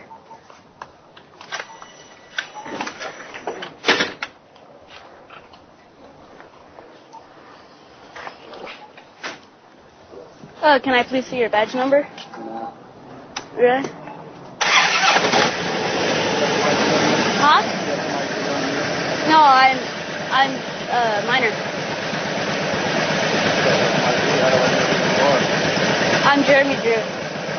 I'm Jeremy. I don't know, but is it an emergency why you can park a motorized vehicle on the sidewalk? Yeah. Yes. Because I don't think it's necessary to park your motorized vehicle on the sidewalk. No, I'm actually mailing this. Huh? I'm filming. Yeah. Alright, well, can I see your badge number? No? Alright. Yeah, at least that kid has got some balls. Oh my gosh. Well, I can drop the link of that video in the chat for everybody to see. Yeah, I want to check it out. But yeah, cameras once again better than guns these days. Cops, but not better than kitties. What's that, Heather? Not better than kitties. Oh no, you got a new kitty, don't you? Did you name her yet? Not yet. What's she look like? A Bitcoin. A Bitcoin. All right, I've got a story on that too. We can go there. We got Bitcoin ATMs now. It's in your area, Hemmingson. What's that? Bitcoin ATMs? Yeah, we got Bitcoin ATM machines. Oh no, not the Bitcoin. Really? I have like about 100 Bitcoins. I got them when they first came out.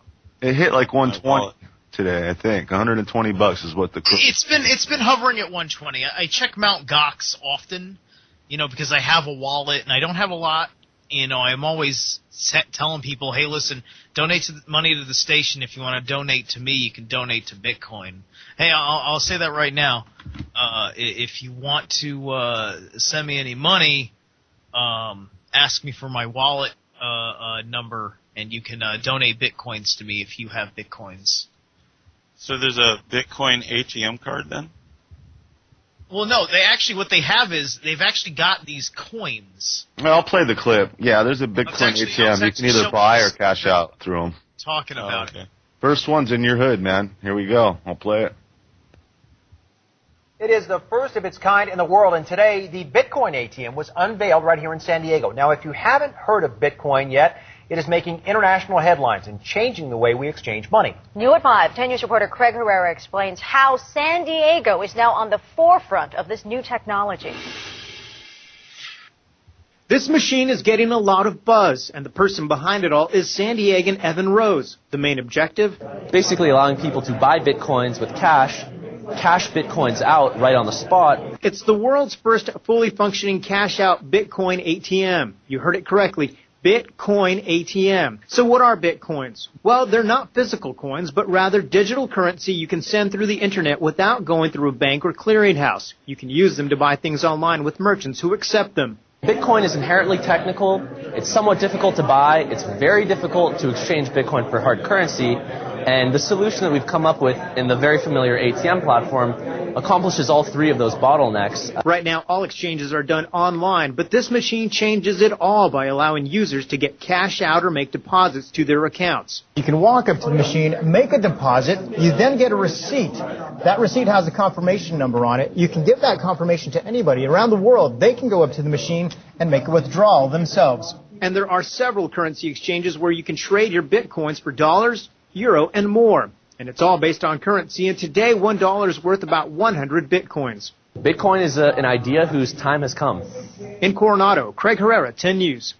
And Bitcoin ATMs could be in your neighborhood and cities all over the world in 3 to 6 months. The company will also franchise so you can own your own Bitcoin ATM. Revolution-radio.com. Yeah, I need to get me some Bitcoin, but I don't have $120 to even buy one right now. Well, that's, the whole idea is that you start working for people that'll pay you in Bitcoin. I wish I got into it about 2 years ago. Yeah, that would have been good. Yeah, I got First into I've ever heard about it. I got this Cautious.com, if somebody wants to put that in the chat room. These are physical Bitcoins. If I understand it correctly, each one of these physical Bitcoins has like a little chip in it, and that's and that has the encryption code in it, and then I think that using some sort of Bluetooth-like interfacing can connect to a smartphone or something like that has a wallet application on it, and thus you can put it to that, and then I think you can also put it up to one of these ATM things, or something to that effect. Well, basically in the video the clip I just played in the video, people were walking up with their smartphones and scanning it on top. There's like a sensor, little camera. Yeah, it's kind of like how you can cash your checks now by taking a picture of them, like deposit them instantly just by taking a picture with your smartphone. Wait a minute. I have 98 Bitcoins. What is that worth? Well, multiply by about 120. Oh, yeah, that's a lot of money, dude. $120 each. Well, I got them when they first came out, so it wasn't smart, man. You've actually got a good amount of money. You want to donate some to me, Mike? Hey, 10% to the station. Hey, I gave the station 10% of my Vegas winnings. Well, yeah, what you're going to have to do is, because Nighthawk doesn't have any you got almost 12 grand. You're going to have to convert those Bitcoins into dollars, which is something he has faith in, and then put that through on PayPal or something. Why can't you just convert them into faith? Convert them into faith? Yeah. What? Yeah, that's my point. Well, a tithe to Revolution Radio Church? A tithe. Tithings, great tithings. Yeah, you got a good amount, man. You're almost at 12 grand right there. I also have 500,000 of Iraqi dinars. Wow. Oh, boy. Which at the time when I got them, actually I got them on Sean's recommendation like over a year ago. Really? I got them for like $200. I think Sean's faith in the dinar has wavered. I think the dinar is a trap. I read an article, a legitimate article, that revealed that the majority of the majority owner of the Iraqi dinar is the United States, like Treasury or whatever. Therefore, if the dinar revalues, it's going to it's just going to give the bad guy more money. It just sounds like a trap. It sounds like a one world currency kind of thing because what is the Iraqi dinars? It's Iraq. It's Babylon. It's New Babylon. It's Book of Revelations type stuff. And so what do you think is they want to make Book of Revelations come true? I'm sorry. What do you think is more valuable, or what is the best way to go? Insurance or bars, like silver bars or gold bars? If you live one day at a time, there's no such thing as insurance. That's a scam. Well, what about like savings bonds and things like that? I would go with the gold bars. You'd go with the silver and gold bars? You always want to go with the physical representation.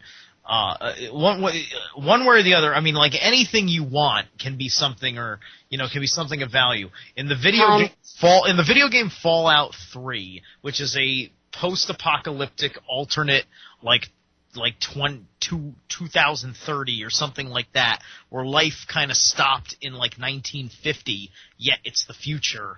And it's everything's a wasteland. Currency is bottle caps. Check this out. I'm looking at your site there, Steve, the Cassius Bitcoins, physical ones. And the symbol of the B and the lines going through it, what I see is like Baskin Robbins. I see a 13. And the fact that it might have technology inside it, don't you think this is just helping us get into a new global economy that is more easily controllable, hence the mark of the beast? Yes and no. You see, the nature of how Bitcoin works is that it has no centralized system. It's just the block that is it's just the block coding which comes from the whole of people using the Bitcoin. It's virtual though, man. On the internet. Yeah, it's virtual, but this is so well encrypted that, every hacker on the planet has tried to hack this thing so that they can sit there and basically copy-paste themselves. Great, so an alien made it. Because if a man makes something, a man can break it. Yes, but here's the thing. This is just computer programming genius. In other words, you can make a million different versions of this. The Bitcoin is just the name for what it is, which is a digital encryption code, and that's what the currency is. It's digital encryption code. Can you imagine, though, if it does get hacked? Code is called Bitcoin. I could learn computer programming skills tomorrow and make a competing digital encryption code. Now, if I'm not a good hacker, I'm not going to be able to make as good a code, and it might easily get hacked. I know cryptographic encryption and algorithms, man. I know all about that stuff. I mean, I'm not a hacker, but I used to be when I was a miner. But not a miner as in gold, but a miner as in under 18 years old. But the Bitcoin, if there was a hacker, because any man that creates something, especially when it comes to cryptology, and even Hawk would know this because he was an expert in the military on this. Any man made it. There's got to be a man out there that can frickin' figure it out and break it. So imagine that one man, he finally comes in and breaks it. Everybody loses everything because it was all digital. Everybody's going to lose everything right now because it's all digital. Listen, this isn't the end. This is just the means to the end. What is the end? The end is getting off of the fiat system that's controlled at the moment, and then we can use this as our intermediary while we are reestablishing ourselves in something tangible. What I'm saying is I sense an Achilles heel on the whole concept. Well, it's an Achilles heel when you put all your investments in it. You want to have a diversified portfolio, just like they talk about as a wise investment strategy in the stock market. And whether the stock market is a scam or isn't a scam, it's still wise to have a diversified portfolio. So you're using the Bitcoin as an intermediary because you can take your crappy cash, buy Bitcoins with it, and then use your Bitcoins, which are effectively untraceable, to go buy any other commodity you want, and the paper trail vanishes, and you get to have your personal privacy of property back. and then you eventually phase out the Bitcoins altogether once you've done that. Bitcoins is giving us the avenue to this. This is what pisses me off when people keep attacking it on this level. Because yes, I'm not attacking. I just question, man. I question everything. I'm just saying because we got into there was a very strong argument that happened on Strange Universe today with me, Sean, a caller, and Nighthawk.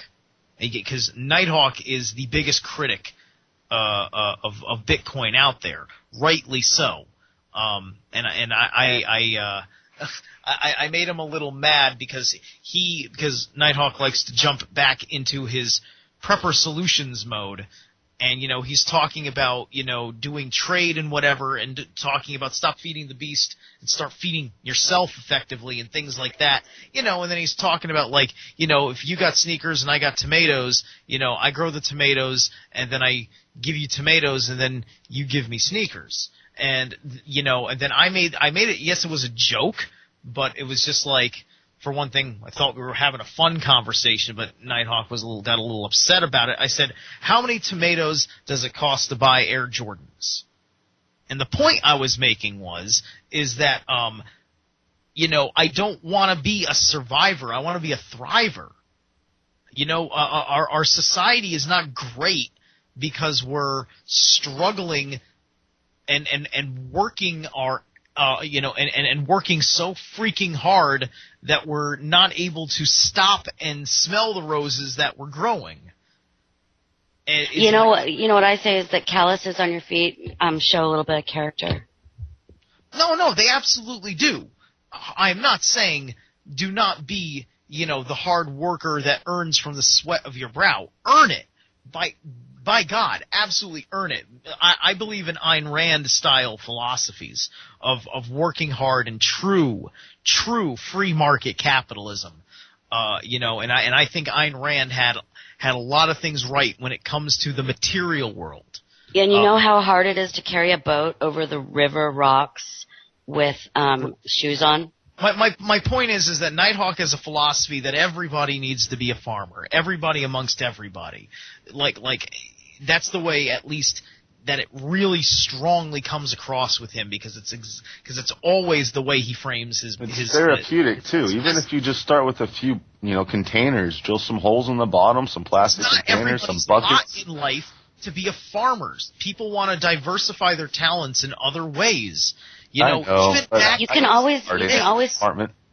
Even back in the old days, not everybody was a freaking farmer or a freaking hunter or a freaking herdsman. Not everybody. Yeah, but the first job in the world was a whore. Okay, fine. And exactly. And what is that all about? That's all about your talent. For instance, I'm a decent cook. Yeah, me too. I like to chef because I can cook does not mean I have farming on my friggin' resume. Well, have you ever grown your own fresh herbs? If you're a decent cook, come on, man. I don't have a product to give the farmer, but what I can do is I can say, you've got some great food that you're growing here. I can turn that food into something way more tasty than how it is as is when it's harvested. You need your spices. I grow them fresh, your parsley, your cilantro. And I know exactly what to do with those spices. Right on. So I work out a deal. Now, often, because I don't actually have my own physical commodity, but I do have talent, the way to make it work, especially because I gotta take care of myself in the meantime while I'm making the work happen, such as cooking for someone else, like being a chef or a hired or just any kind of a hired cook, if you will, is I gotta have some money up front, and you gotta believe that I'm gonna that my work earns it and deserves it, and that's where the credit system kind of comes from. Okay, well here I come in. Philosophies behind it. And here I come in, and I can make medicines, and I can make things that can heal people with these herbs that you have. So where do I come into it? You come in the same way that I come in. It's just a different field, but the point is that you aren't producing the products, but you are providing a service. And that's with the herbs. perfectly fine. What is wrong with our country right now and with Europe and everything else is that everything's kind of become the service, and we don't have many producers. Yes, we do need more farmers. We need a much larger independent family farming situation, you know? And, you know, at the end of the day, when I made that comment about the tomatoes, Nighthawk decided to storm off the air, you know, and I wasn't being insulting. I was being a little funny and a little dickish, but this is me and being real. And I was getting to a really good point, because that's the next question, because I'm making the very valid point that I think we're better still, even if we talk about the quote-unquote fall of civilization because they're going to collapse the dollar or whatever the hell is going to happen, that I think we're going to be better than just survivors. I really wholeheartedly believe that. I think that there's much more goodness in mankind, and, you know, and we're going to not descent into mad apes killing each other over bread. I think, you know, maybe in small pockets of the most helpless of us, in, you know, of the most destitute in the inner cities, who chose to never believe that the system would fail. But even somebody who doesn't believe the system would fail, you know, who is not of destitute to begin with, somebody who was a worker in the first place and just simply got screwed over because they allowed themselves to be deceived, is still going to do okay. They're going to have to learn from their mistake, you know, and they're going to take a loss, but it's going to end up looking much more like a naturalization of the economy, where the producers of the world, the talented people of the world, you know, the people that really put the work in are going to be the ones that have the wealth.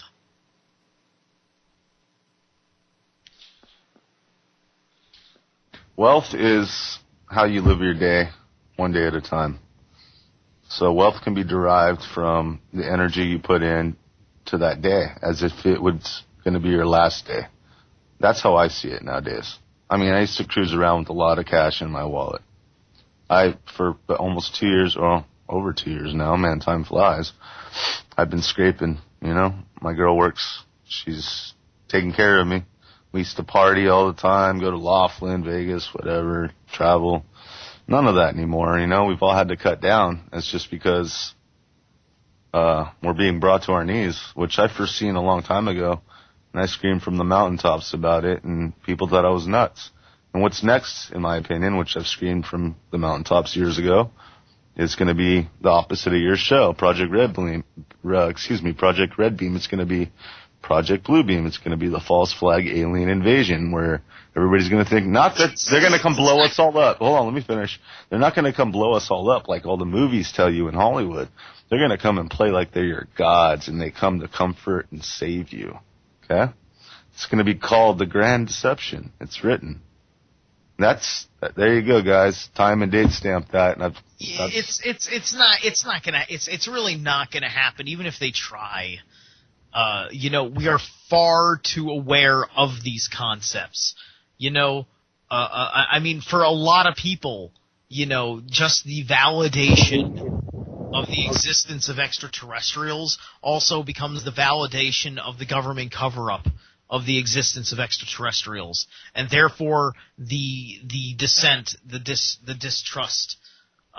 You know, not to mention, I think that there's plenty of reason for people to believe that there isn't a benevolence, that there's not necessarily benevolence in that. You know, aliens can be just as likely to be deceitful and everything else. One of my favorite TV shows from last year, and it's coming back this weekend, and I'm excited about that, is the show Falling Skies, which is about basically the Project Bluebeam scenario. The alien invasion has happened.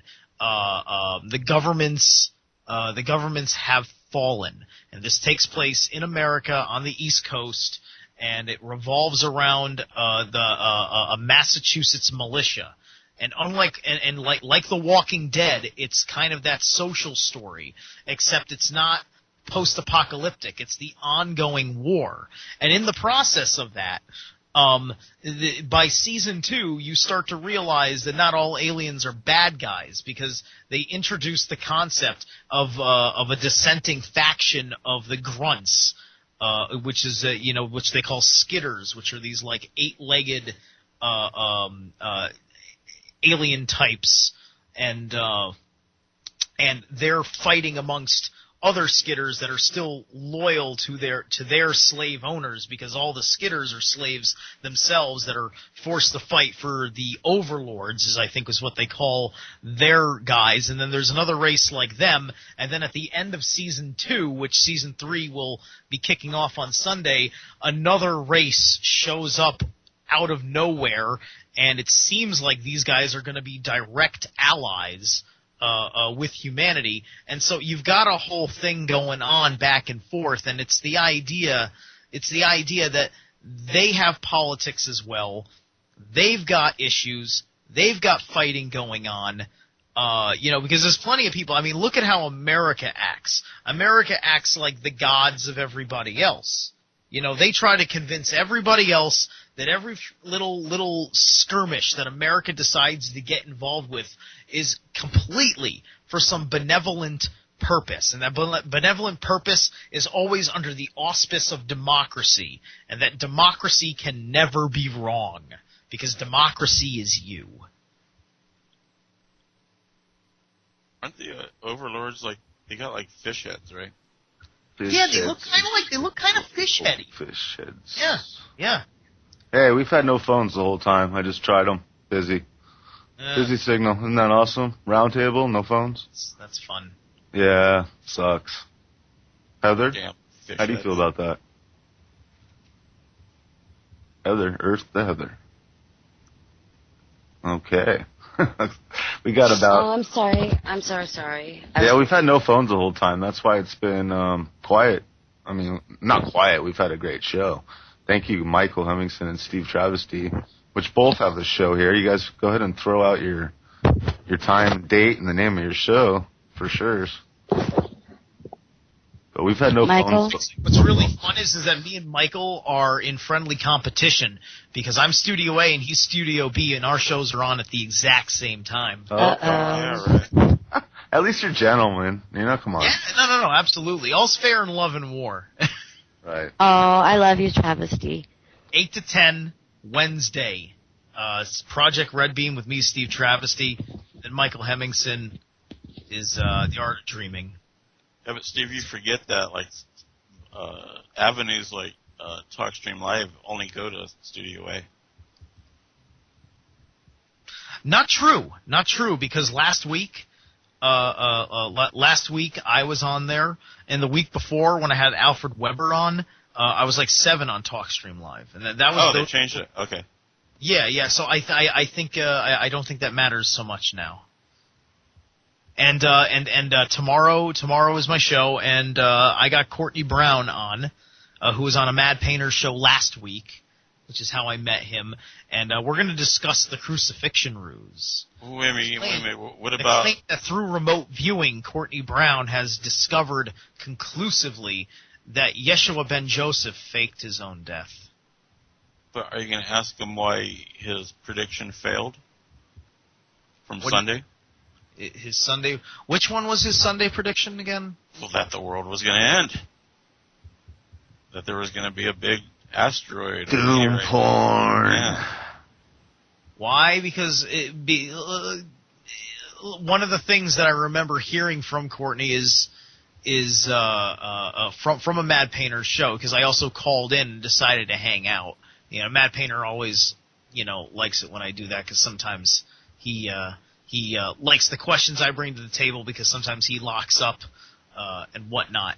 Truth be told, that it's the future. The future is not set, and what remote viewers that look into the future do, they're looking at a possibility of the future, and there's always a subjective nature of the remote viewer, which also revolves around the circumstances of the target of the remote view, and you try to do the double-blind test of that viewing to make it as accurate as possible. But at the end of the day, once it's been observed, and that changes it, and then on top of that, when you start talking about it and broadcasting the date and the description of the event, humanity makes either a conscious or a subconscious choice to experience that or not, which is exactly why it seemed like nothing happened on December 21st, 2012, because nobody wanted anything bad to happen. And yet also at the same time, we couldn't accept anything really good happening. But things did happen. Whether we liked it or not, they happened. I had a prophetic dream on December 21st, a really wicked one that hit me like a ton of bricks, and I've never experienced that before. And I felt like I had a dream that normally would happen over the course of a 6-hour sleep cycle, and I had it in less than an hour. I hit the sack, and before an hour had passed, I had woken up full of energy, and I was just like, wow, that was a prophetic dream, and I knew it. Well, maybe you can ask him why Art Bell banned him from Coast to Coast back in 98. Maybe I'll ask him that, but he got banned from Coast to Coast because nothing he said ever came true, and Art said, all right, you're out of here. Yeah, but that's just a terrible reason. We're talking about the future, and you have to understand how quantum theory, string theory works. It's just like, what? You wanted the world to end? Right, I know what you're talking about, but that seems to be always the excuse. I mean, you just don't become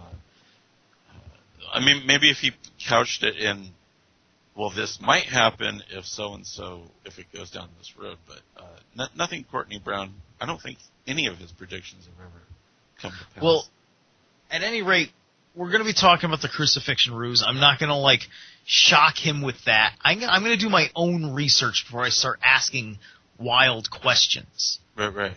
If we want to talk about wild things, what I wouldn't mind talking about in the last 5 minutes is this whole thing going on with the Exopolitics website, because Alfred Weber has posted an article making the claim that Dr. Greer is a fraud, and it doesn't really show us in a way that proves it. It what do you guys think about people? I have someone connected to this radio station, I can't say their name, has given me a bunch of evidence on Dr. Greer. I don't want to come out with it until it's, or I'll let them come out with it, he's a cokehead.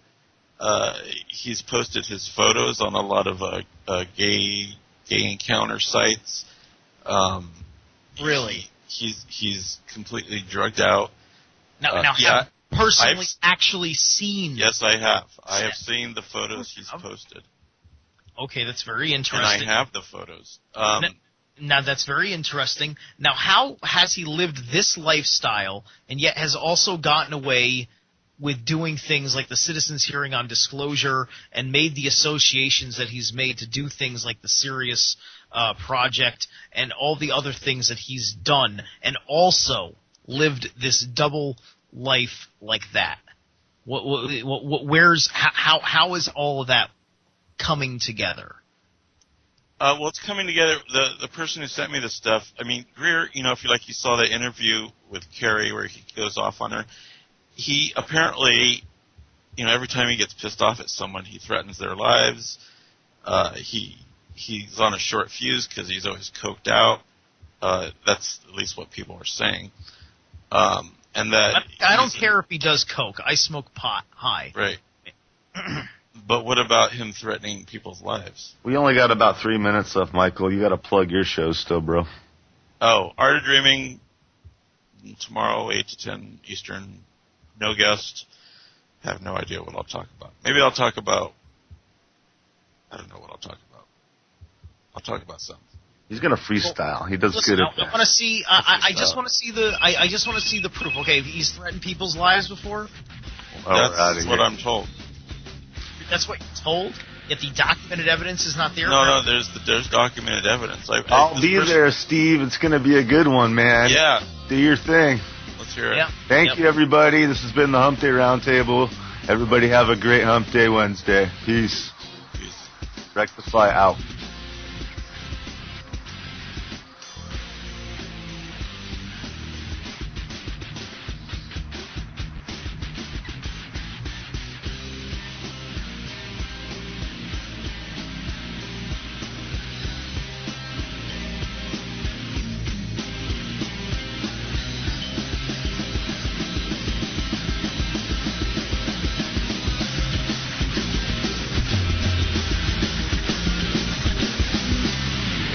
Listening to Revolution Radio. How dare you, sir? How dare you? No, how dare you? No, how dare you? How dare you? No, how dare you? You dare to dare me? How dare you? How dare me when I how dare you?